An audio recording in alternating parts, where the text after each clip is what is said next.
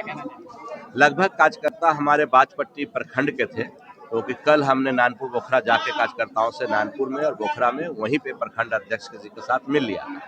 आज का जो था बाजपट्टी संबंधित सारे कार्यकर्ता हमारे पंचायत अध्यक्षगण थे। हमने उन लोगों को कहा है कि बिल्कुल जोश खरोश के साथ हमें चुनाव जीतना है और चुनाव जीत करके एनडीए की सरकार फिर से बनाना है। बस इन बातों पे हमारी चर्चा हुई। चुनाव जीतकर अगर जाते हैं तो पहली प्राथमिकता बाजपट्टी के लिए क्या होगी? देखिए, माननीय मुख्यमंत्री जी ने पिछले 20 वर्षों में बिहार के साथ साथ बाजपट्टी का भी बहुत विकास किया है। पहले रोड और रास्ते नहीं थे, पुल पुलिया नहीं थी। डॉक्टर रंजू गीता जी के समय में 2010 से लेकर के 2020 के बीच में हमने देखा बहुत सारी योजनाएं आई, बहुत सारे काम हुआ। उन्हीं काम को जो छूटा हुआ काम है, चाहे स्वास्थ्य का हो, शिक्षा का हो, रोजगार से संबंधित हो, हम उस कामों को देखेंगे कि कहाँ कौन सी चीजों की जरूरत है और बाजपट्टी को विकसित विधानसभा बनाने का संकल्प लेकर। बिहार का जनता बहुत जागरूक है साहब। बिहार का जनता उनको मौका नहीं देगी, पहचान चुकी है कि कैसे लोग हैं। एनडीए का सरकार बनेगा। नीतीश कुमार ने जो सुशासन का सरकार चला है, न्याय के साथ विकास का काम हुआ है, सभी जाति धर्म को लेके चले हैं। ना उन्होंने हिंदू देखा, न मुस्लिम देखा, न ऊंच देखा, न नीच देखा, सबके लिए काम किया। उसी विचारधारा को आगे बढ़ाएंगे और बिहार के जन जन की सेवा का काम एनडीए सरकार करेगी। उसी प्रकार से बाजपट्टी विधानसभा में जन जन की सेवा का, जन जन का सेवा करने का काम करेंगे। बाजपट्टी एनडीए के कार्यकर्ताओं का कैसा साथ मिल रहा है? 100%, कहीं कोई दिक्कत नहीं है। पहले दिन से पूरे लोग साथ हैं।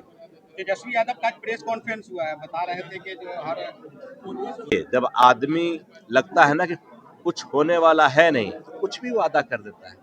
मैं कह दूं कि मैं चांद तारे को जमीन पे लाके रख दूंगा बिहार में, मैं मुख्यमंत्री बना तो इसका तो कोई मतलब नहीं। उन्होंने कहा कि मैंने रोजगार दिया है। मुझे बताइए कि रोजगार मुख्यमंत्री देते हैं या उप मुख्यमंत्री देते हैं? कोई भी योजना मुख्यमंत्री जी के बिना नहीं होता है। सरकार मुख्यमंत्री चलाते हैं और उप मुख्यमंत्री या मंत्री उसका पालन करते हैं। मंत्री और उप मुख्यमंत्री मुख्यमंत्री के सदस्य हैं सरकार चलाने में। फैसला उनका नहीं होता, फैसला मुख्यमंत्री जी का होता है। तो जितना रोजगार मिला जब वो मुख्यमंत्री थे तो कहते रोजगार मैंने दिया। अरे भाई, आप वो गिनवाइए जो 15 साल में आपके माता पिता के सरकार ने बिहार को जनता को दिया, वो 15 साल पहले गिनाइए। मुख्यमंत्री नीतीश कुमार थे, उस समय का क्रेडिट लेने का काम करने की जरूरत नहीं है। बिहार का जनता बुर्बक नहीं है, सब समझती है।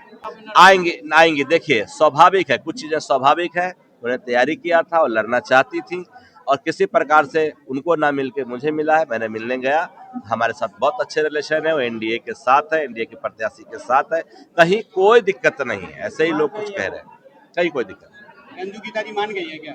मैं कह रहा हूँ है ही नहीं। जब नाराज ही नहीं तो मान कैसे जाएंगे? उनका आप फेसबुक देख लीजिए, उन्होंने लिखा है समर्पित है वो एनडीए के लिए, तो कोई दिक्कत वाली बात है। साहब ने नामांकन के दिन स्टेज से ऐलान किया था कि बस एक बार मुझे मौका दे बाजपट्टी की विधानसभा की जनता, अगर मैं उस दरमियान कोई काम नहीं करता हूं तो अगली बार मैं वोट मांगने नहीं आऊंगा। मैंने ये कहा था कि बाजपट्टी की जनता मुझे मौका दे सेवा का।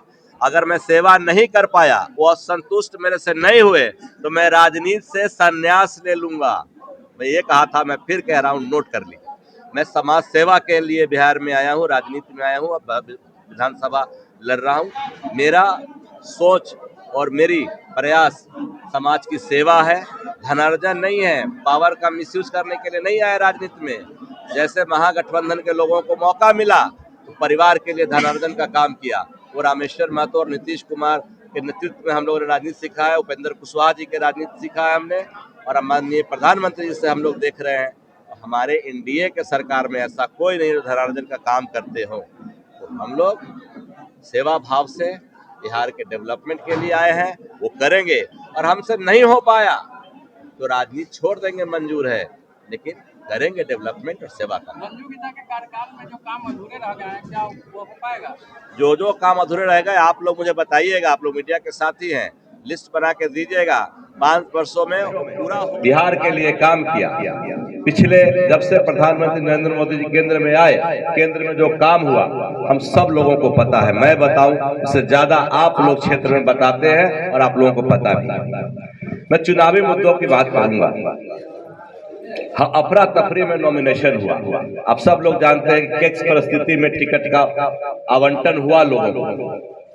यहाँ तक कि महागठबंधन में तो सर फुटौल हुआ, कम से कम एनडीए के किसी नेता के दरवाजे पे शोर शराबा नहीं हुई, लेकिन महागठबंधन के नेताओं के यहाँ तो क्या नहीं हुआ आप सबको पता है। ऐसी स्थिति में नॉमिनेशन हुआ, बहुत साथियों को हम नहीं बता पाए क्योंकि हमें लगा भी नॉमिनेशन कर लेते हैं, उसके बाद सबके साथ जनसंपर्क करेंगे, जहां भूल चूक गलती होगी माफी मांगेंगे, अपने लोग हैं, हमें जरूर सहयोग करेंगे।